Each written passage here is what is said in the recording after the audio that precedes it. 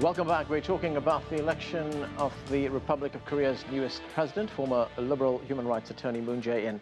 Still with us, Esther Park is chief correspondent with the New York bureau for KBS. Jee Abbey Lee is a reporter with the Voice of America. Qinduo Xu is a political analyst for China Radio International. And Jonathan Pollack is a senior fellow at the Brookings Institution. Jee, let me start with you this time. During this election, I mean, the results, when we look at it, it exposed a very deep generational divide, didn't it? Absolutely. Older South Koreans are very wary of the new president, didn't vote for him because they're wary of, I guess, his rapprochement with the North. Yeah, because if you know somebody who had to go through the war, you're more likely to support, care more about the national security than job creation or employment. But for young people in South Korea, they are suffering from record high unemployment rate. So they have to naturally care more about job creation. And luckily for Moon, he was able to portray the image that he is open to dialogue with North Korea. And also he really pushed during his campaign that he's going to create 810,000 public sector jobs. And that really kind of energized the younger crowd. If I could add to this, that actually Moon had a plurality of the vote in all age groups up to those who are 60 and older. They tend to be a larger group.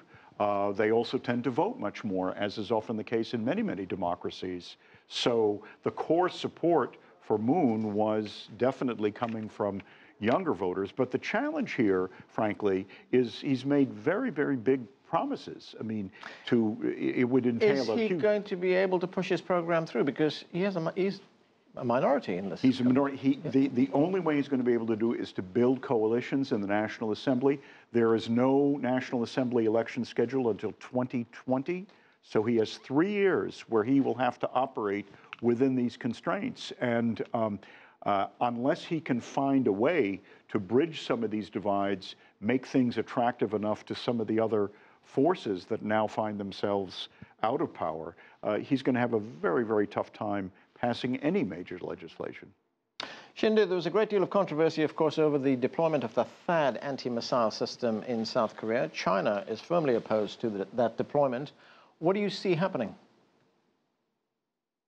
Well, with Mr. Moon now in office, obviously, I think a lot of people feel very much relieved. That is like it becomes increasingly unlikely that there is going to be a regional war or military conflicts or military surgical strike by the United States against North Korea. So basically, we are basically furthering and furthering from a real war on the Korean Peninsula. So this is good. This is a pretty sure.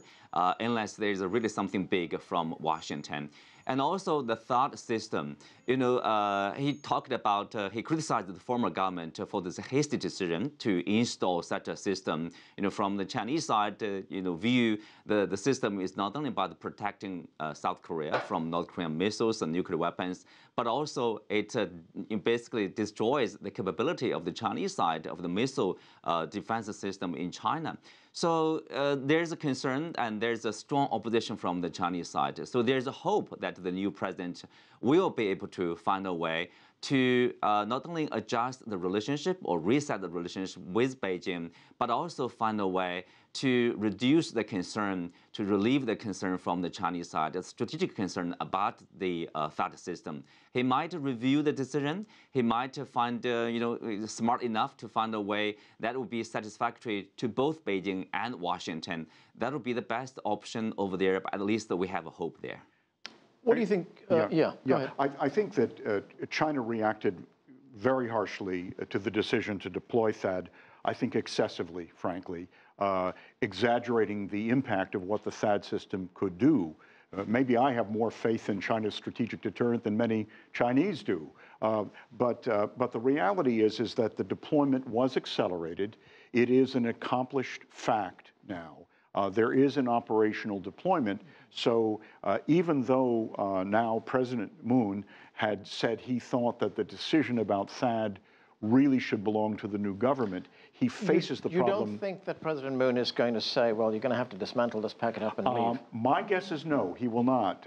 He might try to provide some assurances to China. about maybe there would not be additional deployments of additional THAAD batteries. We don't know. But these are facts on the ground right now, and the damage here to alliance relations would be very, very great if he were in effect to say, we don't want it at all. I must say, President Trump has also interjected himself into this, claiming that he thinks South Korea should pay for THAAD, the THAAD system, when in fact the agreement was very, very explicit under established procedures that it was the United States' decision to fund it. South Korea provided the real estate to do it within, and maybe Trump is doing that for negotiating purposes in future decisions in the alliance. But the very fact that it is now in place, I think, will make it very, very difficult for President Moon to withdraw it. Let me get the response from Qinduo. Qinduo, do you think the Chinese response to the deployment of THAAD was exaggerated? A good point here. I don't think so. From the Chinese side, it's not really about the capability alone. Yes, it will be able to basically look into the Chinese territory to collect information, sometimes strategic information. This is about the defense. Putting that aside, it's really about the long-term concern. You have a thought system in South Korea, and Japan is talking about a thought system in Japan, and then probably in the future, who knows, there will be a thought system in Taiwan. So basically, that's a regional defense system. That will be somehow a new war between this region, and a new Cold War somehow is to be introduced. And then remember, if you strengthen your defense, that will be achieved at the expense of your rivals' basic ability to protect themselves. Right. So this is breaking the regional balance. That will be a long-term effect. Okay, Esther, very quickly, we're running out of time, but how do you see the relationship between the new president and President Trump going? There was an article in the Wall Street Journal here in the United States. John Park of the Harvard Kennedy School said that Presidents Trump and Moon could be, quote, a volatile mix unless there's lots of policy coordination between the two leaders at the outset.